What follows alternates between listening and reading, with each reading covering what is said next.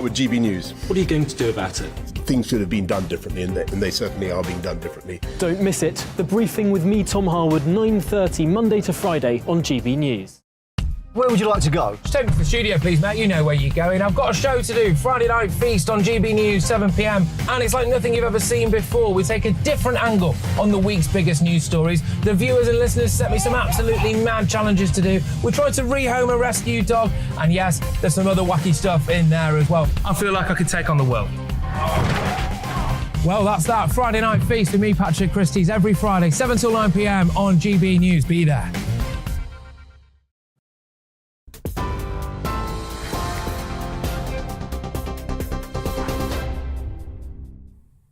Good evening. The latest news headlines on GB News. Liz Truss and Rishi Sunak have been answering questions at the Conservative leadership hustings in Exeter this evening, with both candidates vying for support from the Tory party faithful.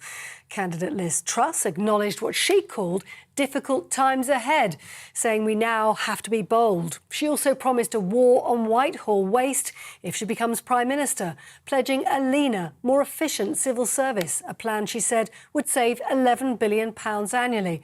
Whilst Rishi Sunak says his economic plan is one of the most far-reaching initiatives to cut income tax people will have seen. He's committed to taking 4p off income tax within 7 years if he becomes Prime Minister. And in news away from politics, Archie Battersby's parents say they will challenge a legal ruling in a bid to stop their son's life support treatment being turned off. The Court of Appeal ruled today the Royal London Hospital must switch off the 12-year-old's life support treatment at midday tomorrow. Archie has been in a coma since April. Court of Appeal judges have refused to allow an appeal against their decision at the Supreme Court, but Archie's parents say they'll fight to the end. GB News has learned today the number of small boats arriving in the UK has hit a record level, with the largest number of people crossing the English Channel on a single day this year. More than 600 migrants are therefore being processed in Kent right now, after authorities seized around a dozen small boats over a 10-hour period. More than 3,500 people crossed the Channel in July, in the highest monthly total this year. The Labour Party has called for the Lionesses to be honoured for their historic Euro 2022 victory. The party is urging the government to build on the success of the England women's football team with a new bank holiday, acknowledging the Lionesses in the New Year's Honours list. The team beat Germany 2-1 in extra time at Wembley Stadium last night, and thousands gathered in central London today to celebrate their historic Euro 2022 win. GB News' Paul Hawkins was there in Trafalgar Square, saying the inspiration was incredible for women across the country. A really significant day as well for gender equality, because this is the culmination of over 100 years of discrimination against women. 50 years ago, the ban was lifted by the FA on women playing football, and then even after that, they were told, well, you can play football, but, you know, women, you're not very good. Women having to fight against that resistance constantly, that they're not good enough, that they'll never be good enough, that they won't be able to achieve that level of professionalism that the men have. Well, this has blown that out of the water. 17.4 million people watched that final last night, and it felt like the culmination of that resilience that those women showed all those decades ago, right up now to the players' performances yesterday in that final. Celebrating the Euro 2022 final from last night. On TV, online and on your radio via DAB+, you're with GB News, where now it's time for Headliners.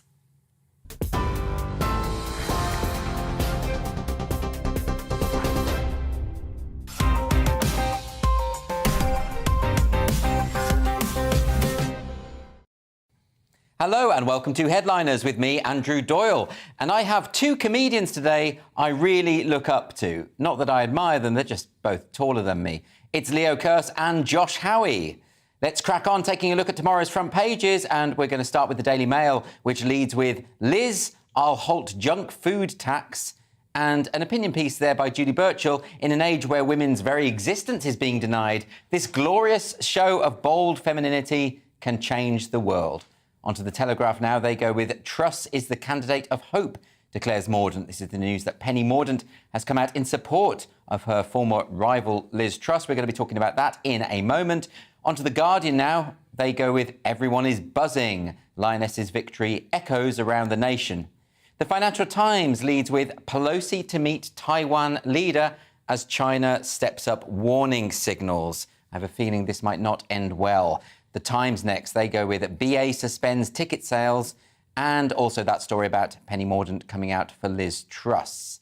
The Daily Express leads with Truss, I'm real deal on tax and let's celebrate. Lionesses to be honoured with gongs. And the Daily Star leads with why the long face nightmare. This is the beer-loving pony who was made mayor gets barred from his local pub. An absolute travesty. We're definitely going to be covering that one as well. And those are your front covers.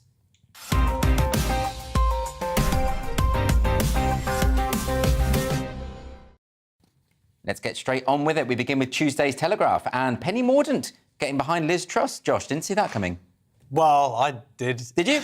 Well, then you're better at political predictions than me. Well, no, just everybody is now. The only person who's not getting behind Liz Truss is Rishi Sunak. Yeah, well, he'll do that next, maybe. Yeah, he'll be like, you know what, she'll be great. Please give me a job. So, yeah, boost for Liz Truss. And really, how many more boosts can a person have? Surely she's there. Yes. And the fact that only 2 weeks ago they were massive political opponents and there were like accusations between the two camps that they were sort of undermining each other. It all got a little bit vicious. Supposedly, Liz Truss, someone leaked some documents that sort of undermine Mordaunt's time in the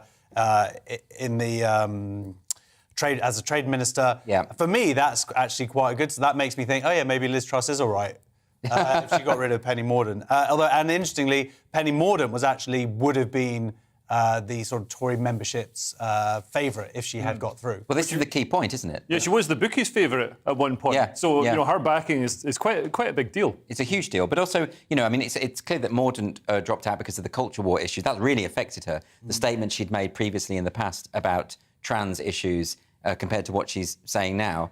But, yeah, you're right. I mean, the fact that Mordaunt is the party favourite, is it going to be the case that those who would have supported Mordaunt are just going to transfer their vote over to Truss? Is that probably what's going to happen? I mean, I don't think it's going to be as simple as that. But I mean, I think the party needs to look at not just who's going to appeal to the 100,000 or 200,000 people that are members of the Tory party, but who's going to? They've got three issues. They need to appeal to grassroots Tory voters because Tories don't. Labour doesn't win elections. Tories just lose elections by not motivating voters to come out and vote for them. They also need to maintain the red wall, and they need to beat Labour. And I think Liz Truss is the obvious candidate for all of those things. She's not from a moneyed background and hasn't had non-domiciled tax avoidance. Or anything like that. That's a new term.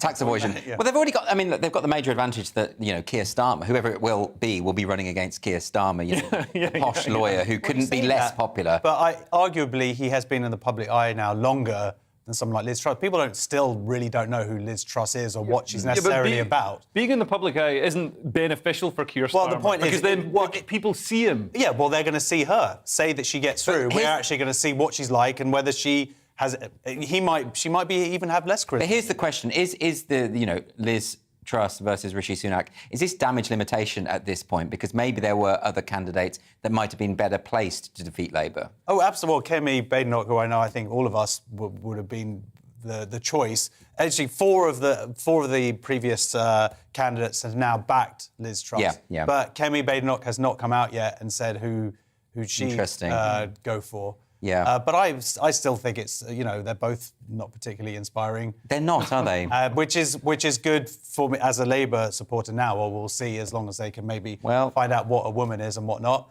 Various other issues. No, I think Liz Truss is pretty good, and she's got that. Even though she doesn't have the smooth charisma of, say, Tony Blair. You don't want. We've seen so many silver-tongued devils. So it's all right for the Tories to have someone with no charisma, but Labour's not allowed to have anyone with no charisma. Yeah, but also she hasn't overseen the CPS during some disastrous mistakes. Come on, man. Don't bring up his mistakes. That is absolutely ridiculous. It's absolutely ridiculous to bring up his mistakes. What do you mean mistakes? Like, what are you going to say? Jimmy Savile grooming gangs? Oh my gosh! I think we might be getting go down the we Jimmy might Savile be getting route. slightly off That's topic been massively here. disproved. Let's just Massively You're better. disproved by I would what the say you're Guardian... better. Now, look, don't make me come in there. This is ridiculous. I'm going to slap you both silly. Right, now, we have to return to the actual theme here, which is to do with Liz Truss and Rishi Sunak. But is it not the case that both of them, you know, there's not that much to choose between them? You know, they're both going on about the same tax cut kind of policies. They're both Rishi has said he's not going to cut taxes. Rishi has said we need to be realistic. Then he realised that's not a very inspiring message. So he said, no, wait, I will cut some taxes, but he's not really going to cut taxes. Can he possibly... Yeah, right. But can he possibly, you know, shake off the perception that he knifed Boris in the back? You know, ultimately, that's going to be the thing that will scupper him, isn't it? And I think that makes him really unpopular with a certain section. But I don't think it's just that. I think it's a bunch of factors, and one of them being taxes. Yeah. Well, look, I tell you what, Liz Truss, she's had so many bumps now. Maybe she can stop dressing like Margaret Thatcher. She's been doing that a lot. She doesn't need to do that. She doesn't need to cosplay. Put some T-shirts on. Believe in yourself, Liz. That's what I say. On to Tuesday's Times now. It's not really like number 10 to be party poopers, is it, Leo? No, this is grim. It's strange to see Boris missing out on the chance to sort of, you know, be on the front covers and have some drinks with some young women. But number 10 has ruled out a reception for the Lionesses. When they say Lionesses, they mean the England women's football team.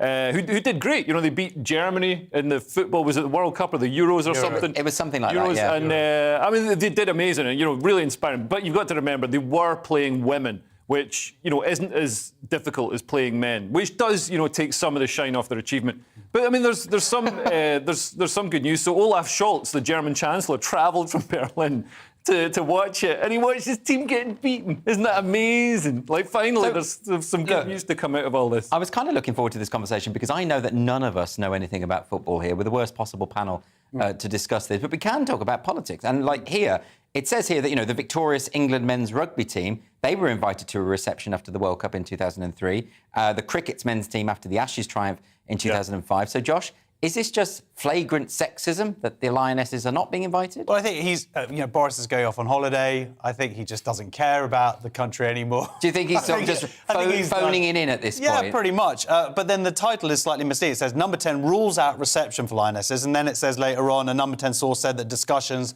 were continuing to try to find a time. So it might be partly bad timing. But yes, he didn't actually turn up at the match. Everybody else was there. Keir Starmer surprisingly found his way because it was like women's team and somehow he still managed to make it. Even though he couldn't work out what one was. Yeah, exactly. But he still found it, so good for him. Someone must have pointed him in the right direction. So they should be getting... They're talking also about them getting various recognition later on, whether they're going to be dames or whatever that stuff. Dames? Do they become dames for women? I don't know, whatever. But I mean, I think it's good if a Prime Minister is going to neglect something. I think, you know, meeting a football team is a good thing to neglect, rather than, you know, the NHS or something like that. This is down the list of priorities for me. I think he's sort of demob happy at the moment. I'm not sure he's really all that interested. On to Tuesday's Telegraph now. And Keir Starmer is not going to be happy about this one, Josh. Yes, so Lisa and Andy visited a picket line, I think, for BT workers. And now they're talking about this as... effectively, it's broken down the discipline because Keir Starmer has essentially banned Labour front benchers from going along to these events. Yes. Now, this, of course, is in the wake of him firing Sam Tarry. Yeah. Well, he said that Keir Starmer said the reason wasn't actually just for him visiting; it was because he was giving all of these unauthorised interviews on television and contradicting like official policy. But this has really, really annoyed a lot of grassroots Labour supporters and the left of the party because ultimately they're called Labour. The fact that Keir Starmer is not out to bat for striking workers. Doesn't really... It's not on brand. I know you're a fan of his, but it's not really on brand for the sort of the trade union roots of the party. Yeah, why are you trying to just be the Tories? We've already got the Tories. Perfectly good. This is a line he said. I think this is a pretty good line. The Labour Party in opposition needs to be the Labour Party in power, and a government doesn't go on picket lines. He's not in government. No, but the point is he's trying to mimic and to show what they would be like if and hopefully when they do get actually into power. And actually, I don't think that this hurts him in some ways. Maybe it hurts him with the left of the party, but at the same time, remember, Blair had his sort of confrontation... It helps him with the Tory side of the party. All right, fine. Well, the fact is, to get into power, you have to appeal to Tory voters. Okay, that's the reality. No, but wait a minute. I mean, what about this idea that he should be attempting to appeal? Like, I mean, Leo mentioned earlier the Red Wall, talking about the industrial heartlands. You know, this is the man who was the architect of the second referendum policy in the manifesto, even though 70% of Labour constituencies voted leave. You know, he's not the man to connect with those people, is he? He is trying his best.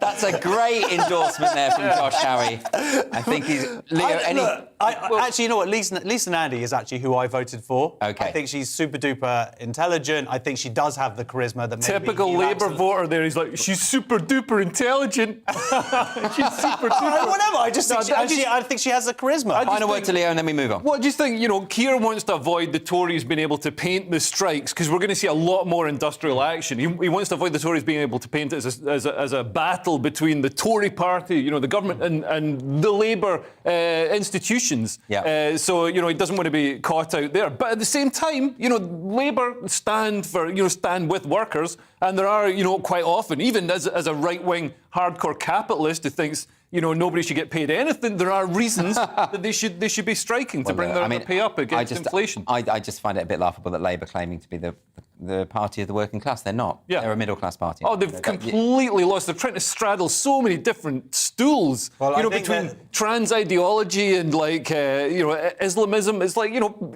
they're just being dragged apart. Look, he wants to get into power. When Labour gets into power, it can do some good. All right, I would just dispute... some good. Well, like what? The Tories done loads of good, right? Josh, I would just dispute the idea that this is the way to get into power. I think this is where... OK, well, look, that's politics. I'm not claiming that I'm 100% right. I can see what he's doing and why he's doing it. Right, fair enough. Tuesday's Express now. And would you trust the SNP with your finances, Leo? I wouldn't trust the SNP to run across the road to get me a Mars bar.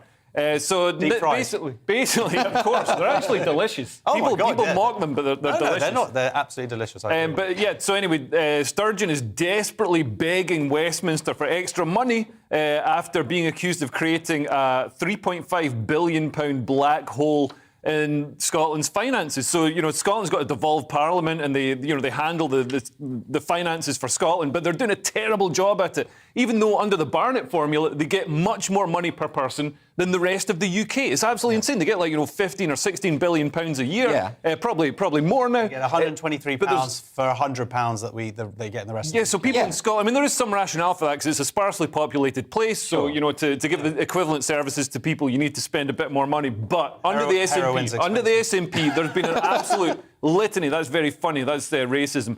But under you the should have said SNP, haggises. There's been a... Yeah, sorry. This is microaggressions. It is. Ironbridge. Under the SNP, there's been a pattern of corruption and opaque deals and just money being wasted. And I think the government needs to go in and audit the SNP and find out where all this money that they're getting from Westminster is going. So, you know, Calmac ferries were £150 million over budget and 5 years late. SNP MP Natalie McGarry was convicted of embezzlement. There's a culture throughout the SNP, and I don't think it's controversial to say that. UK government needs to open the books and see where the money's going. But they won't do that because they're scared of the SNP. Can I ask you this, Leo? Because one thing I don't understand. So this article is talking about how the government has provided £41 billion per year largest for 3 years, largest amount ever. Yeah. They've still got a £3.5 billion black hole in their finances, so they're obviously not doing that. But they're also talking about another referendum, which is going to cost a fortune. But not only that, they're hiring these very expensive lawyers to see if they can bypass Westminster to have the referendum in the first place. Yeah. So the SNP, I mean, how do they reconcile this? I have no idea. And to be honest, I mean, I'm amazed the SNP are pushing so hard for a second referendum, because if the SNP had to manage their own finances, they can't even balance the books with all this extra money from Westminster. So how they'd manage to do it without the extra money, it blows my mind. The thing is, this is all revealed in May. So they're trying to come in now and say, oh, it's because of inflation and this and that. But the reality is they already knew that they had all these expensive spending commitments from... they knew there'd be this huge shortfall back then. So now they're trying to frame it like, oh, no, now we... No, you knew you had an issue. It's quite funny sending a begging letter to Westminster and then at the same time saying, we want to leave you evil individuals. Yeah. You know? And if you look at every metric that the SNP are responsible for in education, health, drug deaths, all the rest of it, Scotland is doing appallingly. It used to, be one of the best countries in the world for education when I was at school. Just quickly before we move on, but it is a one-party state. There is no potential competition for the SNP in Scotland. So how will this ever be resolved? Yeah, I mean, I can't see it being resolved until there's a decent opposition, or until the Scottish voters wake up and realise that they're being led down. They're being led down a path to ideology, to this mirage of independence that'll fix everything. And independence would be an absolute disaster for Scotland. You look at South Africa and you look at the ANC, and they've had control of politics for so long, but then but it takes generations for that to happen, for other parties to start coming through, and once those parties, the corruption or the whatever, becomes apparent. Yeah, absolutely. Tuesday's Express now, and the petulant Australian senator,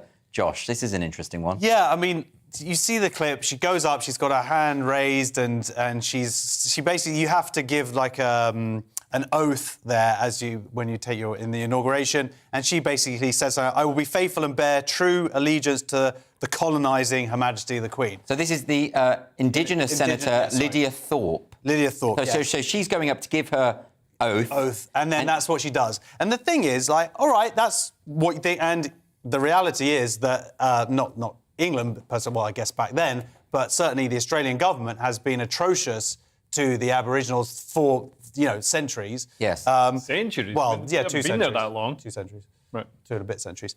Anyway, and I've got Aboriginal family. Not that matters. Doesn't, push me anyway. Is that like an Elizabeth Warren thing? Like, yeah, absolutely. I don't have any, but I've just got all my cousins. All my cousins are Aboriginal. When I go to Australia and hang out with them, it's really cool. Oh right. Oh my God, you guys are cousins. So speaking as an Australian Aborigine, yes. you can tell us more about this. And absolutely. I can understand the point that she's making, but it's just that the video clip of her going up, refusing to say the Queen, calling her the coloniser, and her putting her fist up. It looks it looked like a child. But you know what it is? It's that, and then it's after where they said, you know what, you have to actually do it properly if you want to do it, and then she did it properly, and it's like, well, then it's just all for show. Like, well done, you did your thing, and then you caved in. Yeah. Like, that's not the powerful thing, and it is a ridiculous thing, and I don't think that people need to swear allegiance to the Queen. As someone said here, it's archaic and ridiculous. Yeah, that seems fair enough. They are talking about a referendum, which I believe about 54% of Australians would agree, but they don't know who would then take over as head of state, whether it would be Jason or Kylie.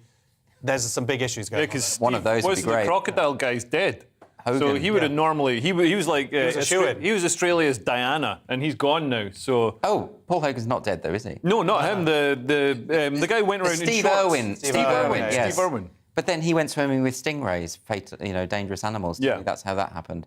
But that's why I don't do that. Or go to Australia. Or go to Australia. No, it's full of spiders. Really scary place. Snakes as well. Tuesday's Guardian now, and take a deep breath, shuffle to the edge of your seats. Josh Howie is about to go off on one on the journalistic dynamite that is the mortgage affordability test. No, this is me. Oh, yeah. Oh, is it you? Yeah. Oh, that's a shame. I wanted Josh to do it. I'm ready to go! I'm ready to go! Do you rent? What? Do you rent or do you... No, I buy, but that's a whole different... We'll talk about... Yeah. Well, all right, mortgages, Leo. This is mortgages. So thousands of potential homeowners may find it easier to get onto the property ladder after the Bank of England has scrapped a key mortgage affordability test. So this test, used to require... The Bank of England used to require potential home buyers to prove that they could afford a 3 percentage point rise in interest rates, which seems quite archaic. Now we've had, a 15% rise in inflation. But yeah, so this is going to make mortgages more available to people. I think it would have meant that 6% of people could get a more expensive mortgage. That's what it says here. Approximately 35,000 people could have got a mortgage. Could have got more mortgage. More money. And fine. I mean, making mortgages more affordable and more accessible always works out great. We saw that in 2007 when we had the biggest financial crash since the Great Depression. So, I'm not sure this is a great thing to be doing right at a time when we're facing... But surely we need to be getting people onto the property ladder. I mean, that's something we do. And build some houses. No, and they still have a lot of rules. The main one being that it's 4.5 times people's salary for doing it. I do own, but that was after my wife and I spent 4 years saving up, living with my grandma who was in decline. Right. And that's the reality of the sort of thing. And I'm lucky that I did have a grandma who I could essentially take advantage of. Listen, we're going to have to go to a break now. That is all for part one, but coming up, 3 strong independent females will be discussing our favourite topics. Beyoncé, the Lionesses, and Nicola Sturgeon. See you in 2.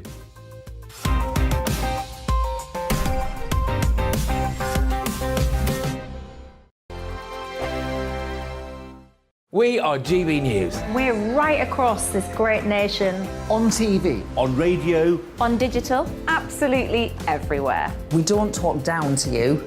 We embrace all voices with honest and civilised conversation. We are not part of the establishment. We're one of you. And we're only getting started. Join us on GB News, The People's Channel. Britain's news channel.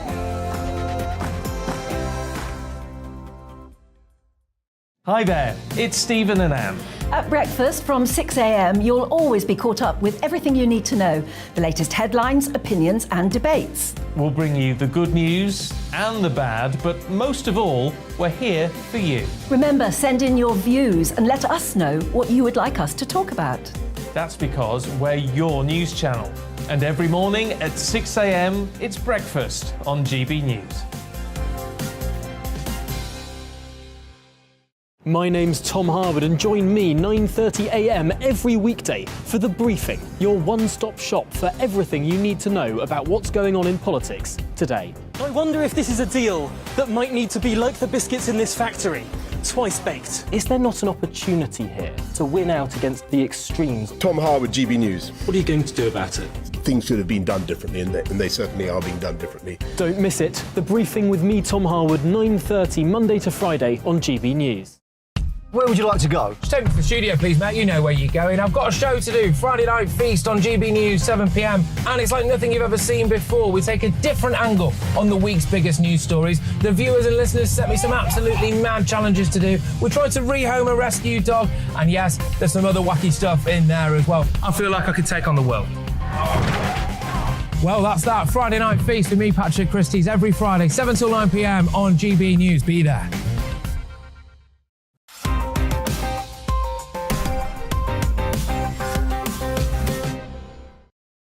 Welcome back to Headliners. I'm still Andrew Doyle, and they're still Leo Kearse and Josh Howie. Tuesday's Guardian. This one's about my all-time favourite song. I need to stop humming this. So this is a momentous moment in British history. So the England football anthem, the Three Lions, could be put to bed after the Lionesses' triumph in the Euro 2022 final, according to David Baddiel, who's one of the people who sang it and wrote it and pranced about on it.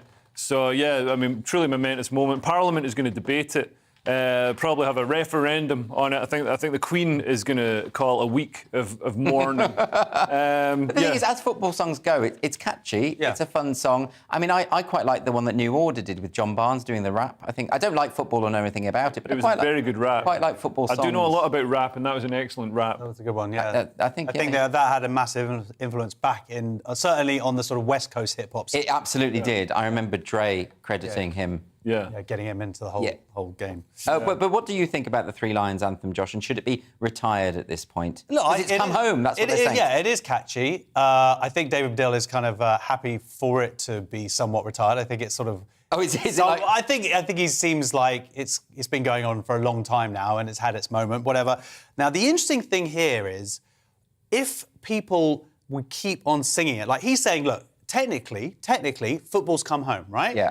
Now, if you keep on singing it like it hasn't come home, then you're dismissing the achievement of the women's football team. Oh, I see. In which case, is continuing to sing it at men's football matches sexist? Are they not overthinking this? No, no. I mean, they're not saying it, but I'm saying it. No, but if you take there's that song "You'll Never Walk Alone." That's an old song from Carousel. You know that doesn't. It doesn't. Also, sometimes you will walk alone. Like you go to the shops and like on Christmas Eve, there's nobody around, so you're walking alone. You don't need to. I don't think all shops. I don't think all shops. So if you need something, you've forgotten a turkey. Like I don't think all shops or some presents. I don't think all songs need to be exactly literal. No, but this is. I think that's exactly brought up specifically though for the men's team. It's going to be like this is our moment of hope. I guess is the idea, and it's meant to sort of. The idea is it would generate that win.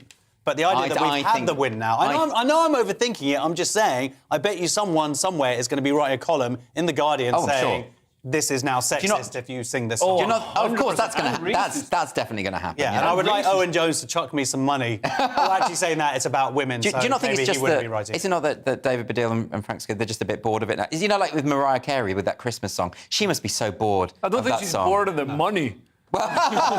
You know, but she's got other songs, and people just think that comes back every year. I mean, it was fun to begin with, but now it's just aggravating. Weird, I walk past your office every day, and you're constantly playing that song. No, but that's just because I like Mariah. That's nothing to do. Okay, Why did you have to bring that up on live TV? What, Sorry, like, mate.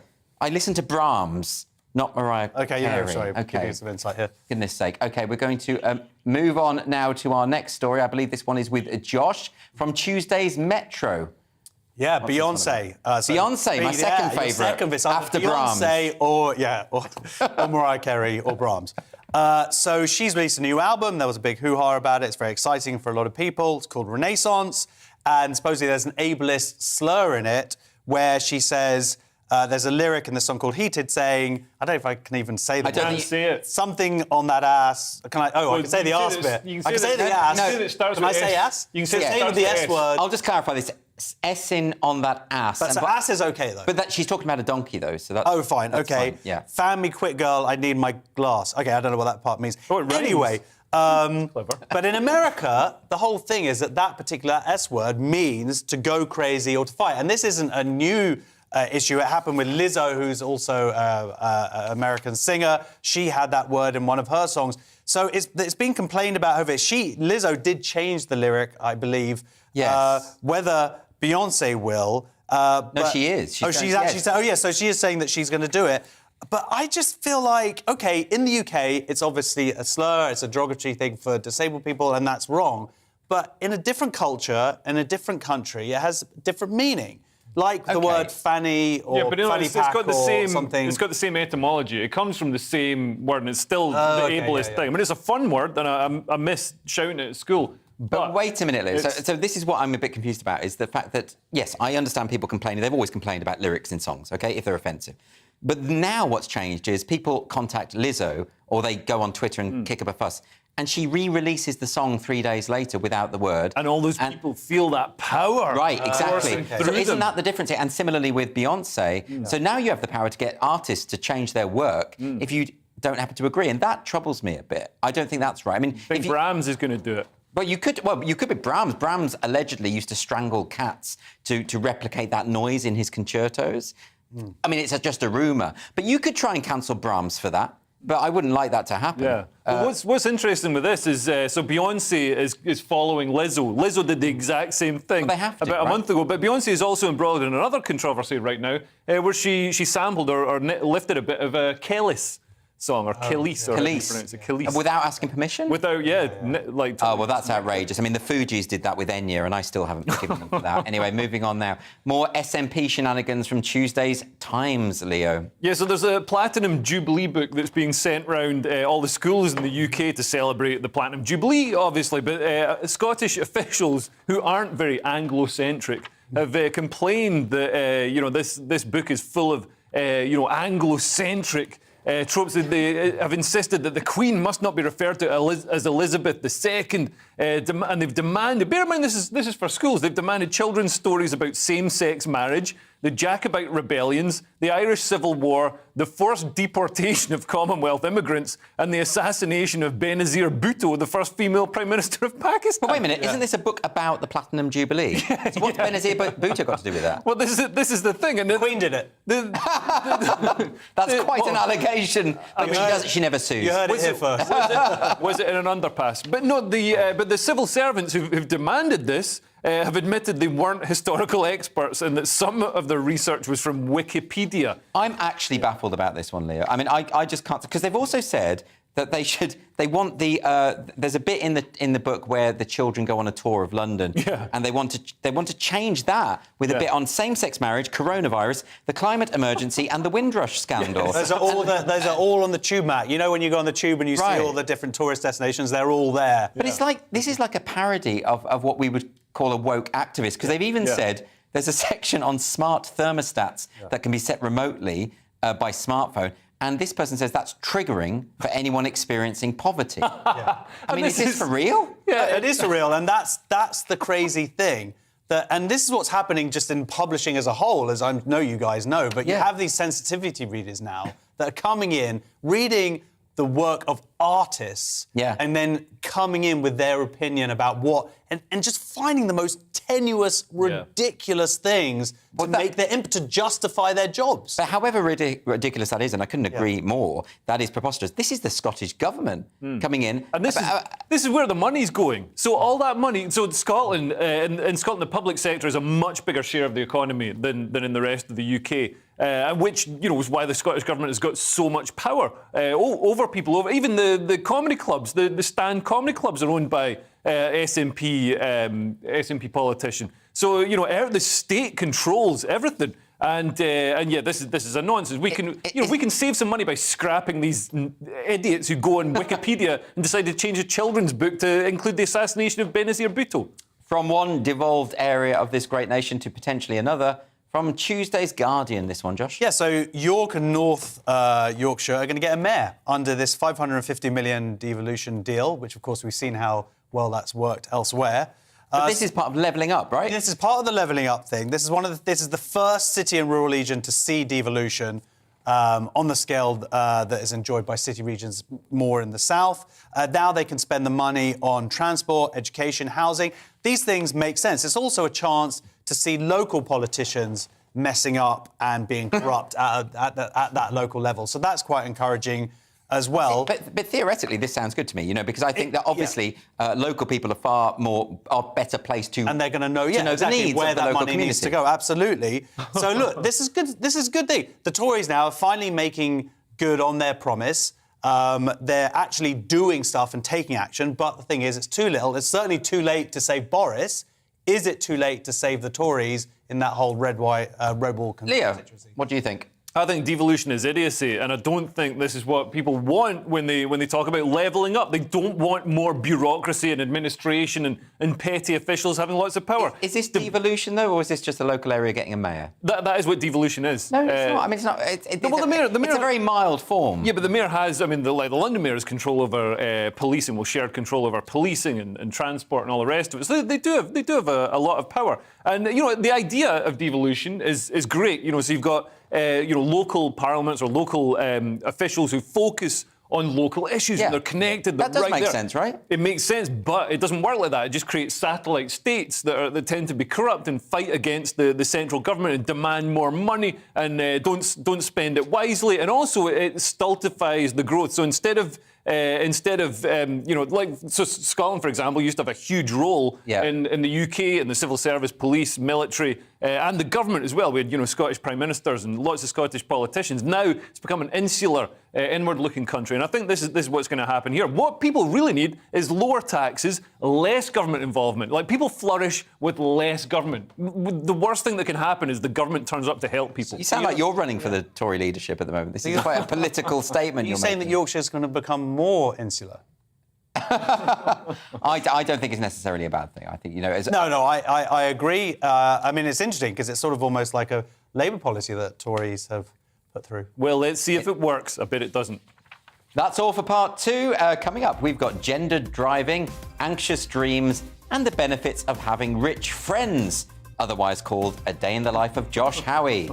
See you in 2 minutes.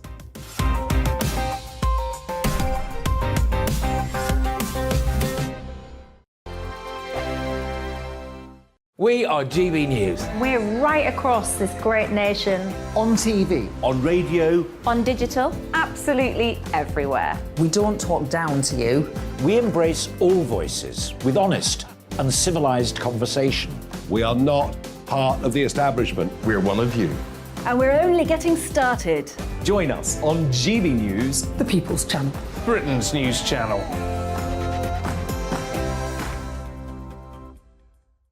Hi there, it's Stephen and Anne. At breakfast from 6 a.m, you'll always be caught up with everything you need to know, the latest headlines, opinions and debates. We'll bring you the good news and the bad, but most of all, we're here for you. Remember, send in your views and let us know what you would like us to talk about. That's because we're your news channel. And every morning at 6 a.m, it's breakfast on GB News. My name's Tom Harwood and join me 9:30 a.m. every weekday for The Briefing, your one-stop shop for everything you need to know about what's going on in politics today. I wonder if this is a deal that might need to be like the biscuits in this factory, twice baked. Is there not an opportunity here to win out against the extremes? Tom Harwood, GBNews. What are you going to do about it? Things should have been done differently, and they certainly are being done differently. Don't miss it. The Briefing with me, Tom Harwood, 9:30 Monday to Friday on GB News. Where would you like to go? Just take me to the studio, please, mate. You know where you're going. I've got a show to do. Friday Night Feast on GB News, 7 p.m. And it's like nothing you've ever seen before. We take a different angle on the week's biggest news stories. The viewers and listeners set me some absolutely mad challenges to do. We tried to rehome a rescue dog. And yes, there's some other wacky stuff in there as well. I feel like I could take on the world. Well, that's that. Friday Night Feast with me, Patrick Christie's, every Friday, 7 till 9 p.m. on GB News. Be there.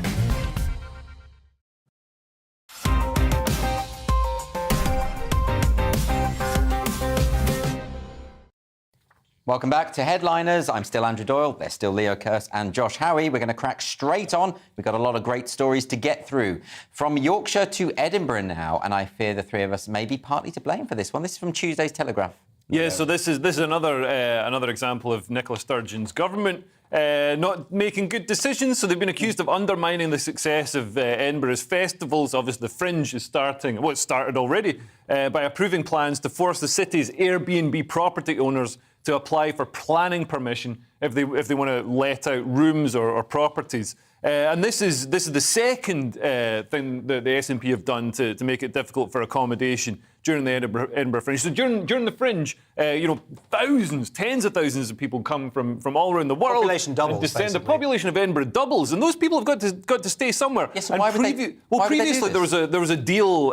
So student landlords would had a deal with the students where those properties would be let out during the Fringe, which would I've stayed in them. Which would subsidise the students' accommodation and also provide accommodation. That's still happening in some places, but not with a lot of private. Basically, the SNP changed the rules so landlords couldn't put that clause in that said you had to be out.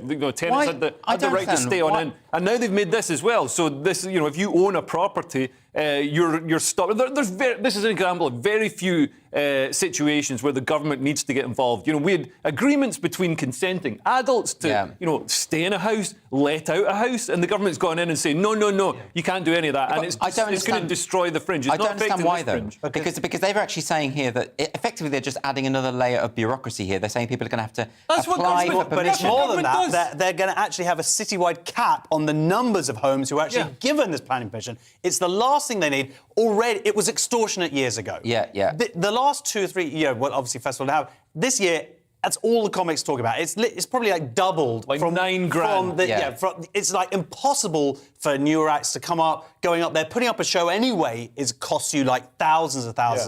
The worse than that is choking off the supply of audience. Yeah. So there's not enough properties for audience to stay in. Yeah, it's total madness. It is absolutely madness. So who'd have thought government would be making bad decisions? This is why we need small government that doesn't do much. This is why Trump was such a great president. How on earth are you getting so gummed up into the Edinburgh Festival? He can get Trump into anything. Don't you worry about that. Trump did not destroy the Edinburgh Fringe. He absolutely didn't. Well, that Fair golf enough. course. Fair enough. A story now from Tuesday's Mail, and I have full faith that Leo will give a fair and balanced analysis of this one. Yes. I'm sure you will. Yes, Andrew, I will. So, driverless cars may need gender settings after a study has shown that women are better at controlling them. So, traditionally... So women are better drivers, right? Women are of driverless cars. So, I know that sounds like a bad pub joke, but actually they're talking about when the driverless, the automatic system stops. So, currently a lot of cars, like there's the Mercedes they mentioned, they have a driverless system. You can put it on a sort of autopilot, but you've got to still be in control of the car. You've got to be aware. You can't just climb into the back and have a snooze. You've got to be aware because Why do you have to be aware?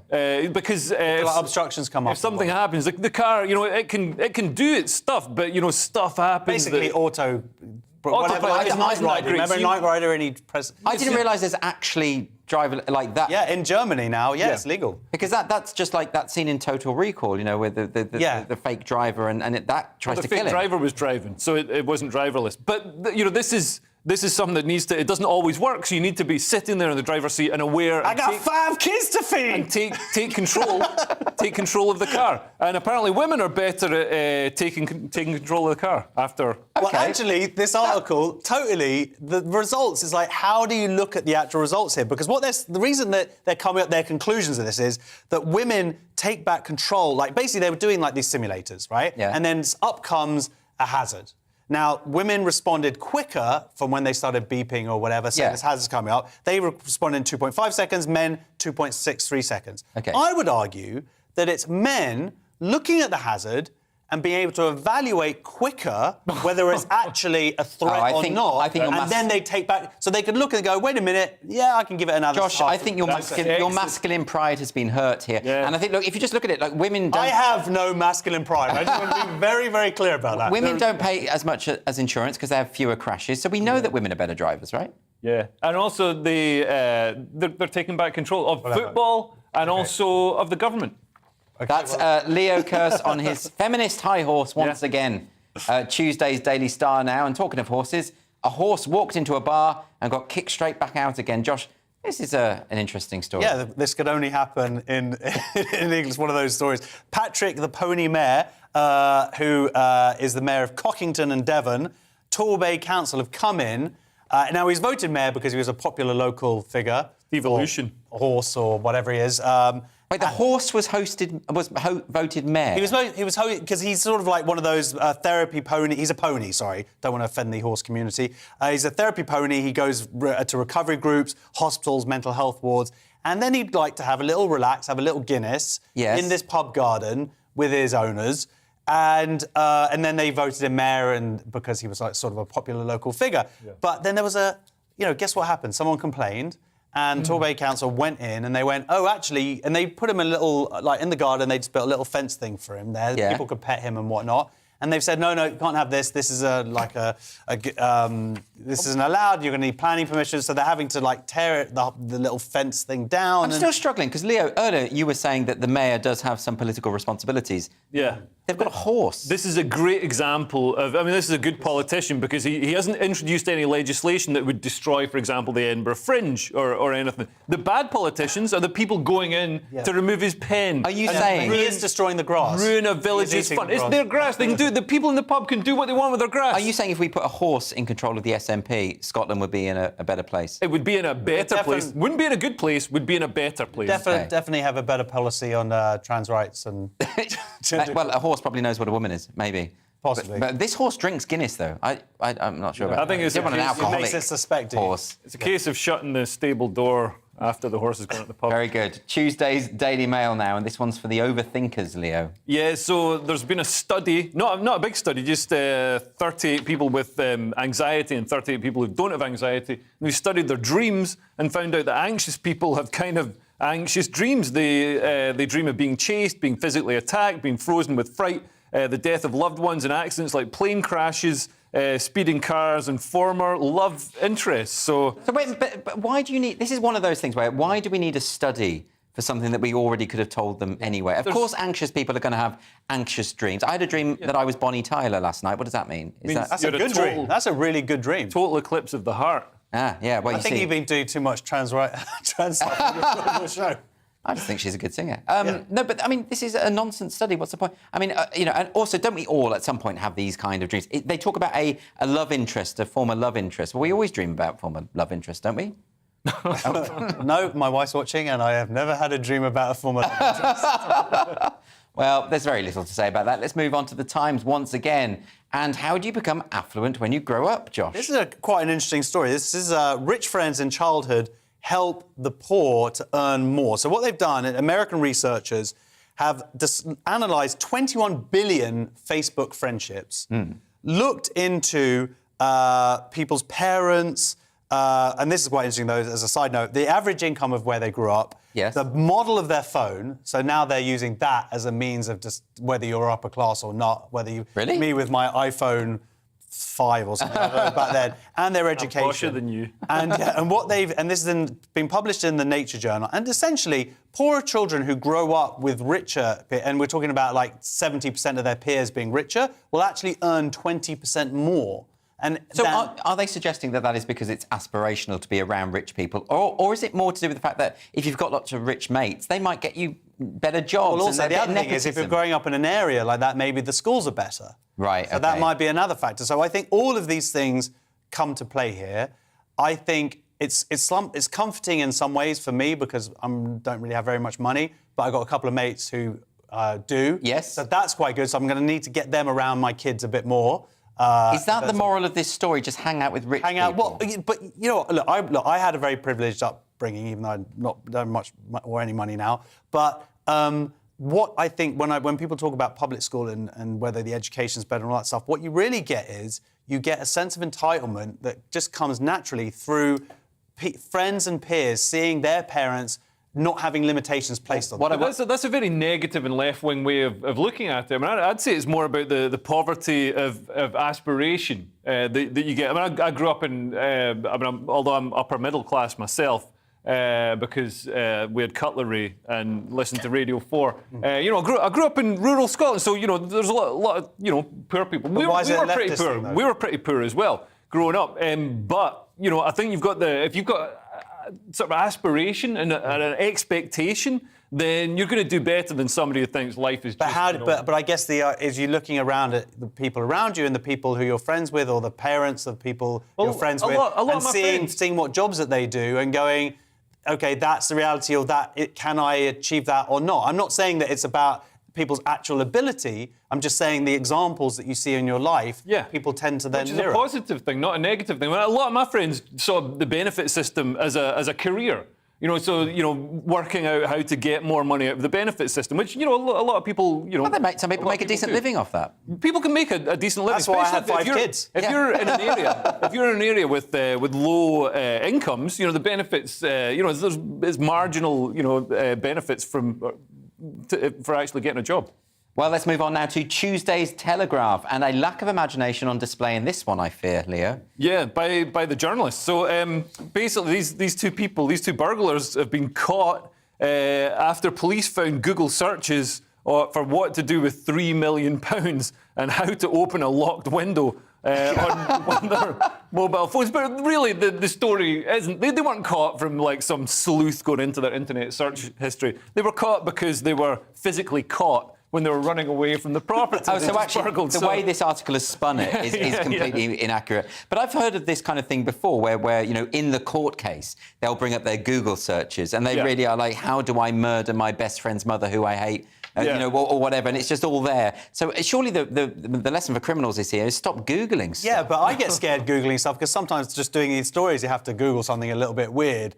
And you're like, oh, that's your excuse. Yeah, exactly. But I'm like, this is not going to look good if something sort of coincidentally happened at this time. Yeah. But also, I think, what to do with $3 million? That seems like a pretty expensive robbery, and I think that they actually thought they were going to be robbing the house itself. Right. So this is just incompetent burglars, basically. Yeah, and really, we talk about, aspirational. I mean, what could be more aspirational than somebody breaking into a house in South London and thinking they're going to get £3 million worth of toasters? So does Google have a thing where they flag it? So if someone's Googling this kind of stuff, do they flag it or something? Yeah, do they go to the police and say, oh, this guy's Googling about how to poison a niece? I don't believe they do, but you can request access to stuff like that. That was quite a specific search, Andrew. Have you got a niece? I do. OK, just curious. What on earth are you trying to say? I don't know, I'm just saying that seemed to pop out of nowhere. It was the first thing that came into my head. It's nice to see the police respond to something that isn't a tweet.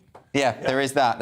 On to Tuesday's Independent now, and one that Josh is certainly best placed to discuss. Intergalactic cutting-edge physics. This is a passion of yours, is it not? Absolutely. Dark matter from billions of years ago has finally been detected by scientists because, of course... by the way, you were being, I appreciate, ironic, and I am an idiot, and I'm trying to pretend I know what I'm talking about here. But I'm going to test you on this. What is dark matter? Dark matter is part of the universe, but it's obviously you can't see it because it's dark because it emits light. But what you can notice it is from how it reacts to light or how light reacts around it. So that's how you can sort of guess where it is. They've not been able to look at it directly, but what they've done now, which is quite clever, is instead of looking at light and trying to work things out, they're looking at microwaves instead. And that's how they've actually managed to finally model this stuff and see what the universe looked like much earlier in time. Yes. And they found some interesting stuff here. They found that actually it's been proposed before that dark matter should stick together and form lumps, and they found that's actually not the case. And that, for me, is like, I've been saying that for years to the quantum physicist community. I'm sure you have. Yeah, and so I'm fine. I feel very validated with They're the story. saying that this is like from 12 billion years old. This doesn't make sense because the Earth is only 6,000 years old. Have they not read Genesis? This is, and also this is just made up stuff by nerds. Do you think? They're all like, there's dark matter, but you can't see it. Oh, really? I can't see it. But Yeah, it's there, exactly. You know what I mean? It's Stop like trying to justify your government grants. Yeah, this stuff is not. It's like gravity. I've never seen that. Gravity exists. Let's move on now to Tuesday's Express. And the Earth had a bit of a wobble, apparently, Leo. Yeah, so this is quite interesting. So scientists are baffled. Traditionally, scientists have thought that the Earth's rotation is slowing down. Right. And up until a few years ago, that's what they thought the long-term trend was. But recent evidence shows it's now actually speeding up. So it usually takes the Earth 24 hours to rotate on its axis. Yes, I knew that. I don't know much about astrophysics, but I knew that one. The interesting part? This is in the Express. This is, no, that's not the interesting part.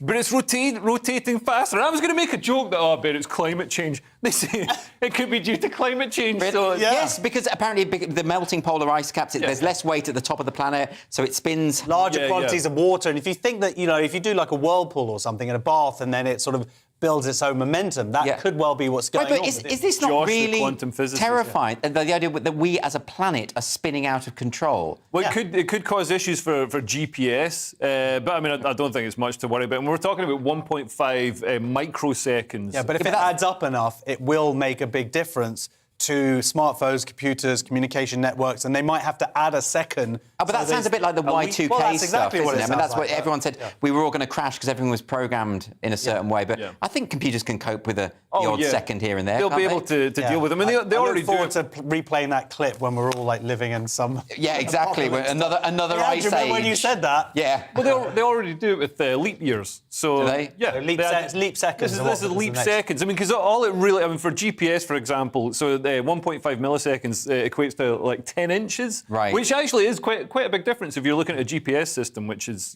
accurate to quite. I just say that it makes me a bit nervous, the idea of the planet spinning faster and going. I mean, can it just sort of fly out into another solar system? Reading this made me feel a bit dizzy.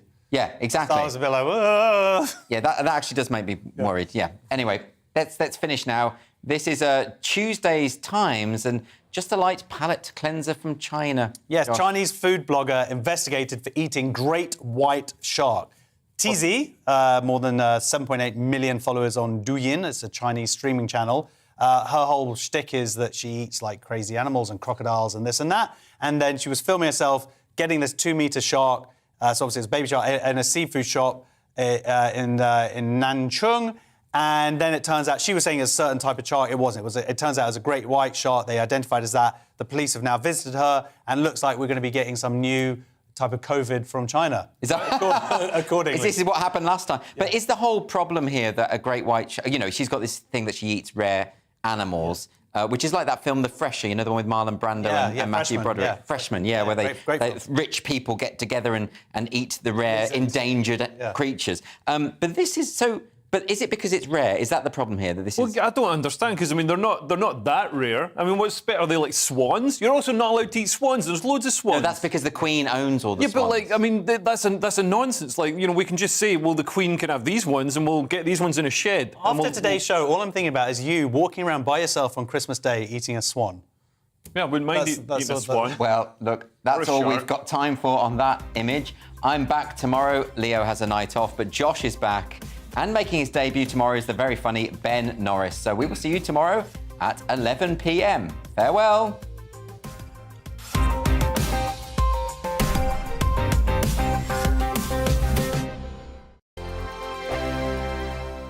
I'm Dan Wootton. Join me Monday to Thursday from 9 to 11 for the feistiest and most fun news debate on TV, where free speech reigns. I'll bring you a sharp take on the day's biggest stories, bombshell newsmaker interviews, and A-list guests.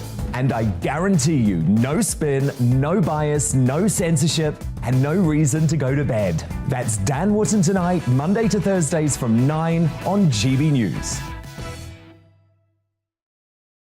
On Mark Dolan tonight, we have a simple plan, which is to inform, stimulate and entertain in equal measure. It's all about getting your opinions on the national television airwaves. I love my viewer emails, mark@gbnews.uk. So do join me from 9 p.m. to midnight every Friday, Saturday and Sunday for big guests, big opinions and a big presenter. 6'5", don't you know? See you then on GB News. We are GB News. We're right across this great nation. On TV. On radio. On digital. Absolutely everywhere. We don't talk down to you. We embrace all voices with honest and civilised conversation. We are not part of the establishment. We're one of you. And we're only getting started. Join us on GB News, The People's Channel. Britain's news channel.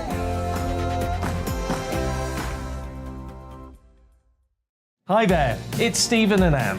At breakfast from 6 a.m, you'll always be caught up with everything you need to know, the latest headlines, opinions and debates. We'll bring you the good news and the bad, but most of all, we're here for you. Remember, send in your views and let us know what you would like us to talk about. That's because we're your news channel. And every morning at 6 a.m, it's breakfast on GB News. My name's Tom Harwood and join me 9:30 a.m. every weekday for The Briefing, your one-stop shop for everything you need to know about what's going on in politics today. I wonder if this is a deal that might need to be like the biscuits in this factory, twice baked. Is there not an opportunity here to win out against the extremes? Tom Harwood, GB News. What are you going to do about it? Things should have been done differently, and they certainly are being done differently. Don't miss it. The Briefing with me, Tom Harwood, 9:30 Monday to Friday on GB News. Where would you like to go? Just take me to the studio, please, mate. You know where you're going. I've got a show to do. Friday Night Feast on GB News, 7 p.m. And it's like nothing you've ever seen before. We take a different angle on the week's biggest news stories. The viewers and listeners set me some absolutely mad challenges to do. We tried to rehome a rescue dog. And yes, there's some other wacky stuff in there as well. I feel like I could take on the world. Well, that's that. Friday Night Feast with me, Patrick Christie's, every Friday, 7 till 9 p.m. on GB News. Be there.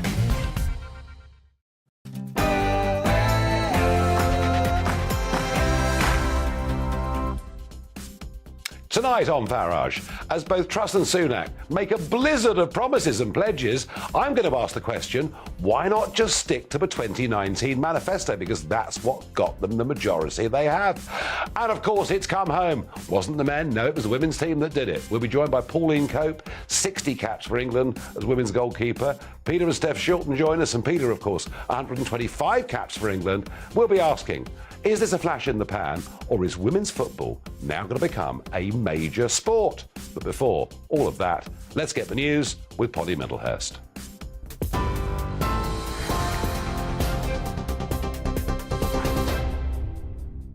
Nigel, thank you. Good evening. As Nigel was saying, our top story today, the Lionesses have been celebrating their historic Euro 2022 women's football win at Trafalgar Square in London today, where thousands of fans gathered to see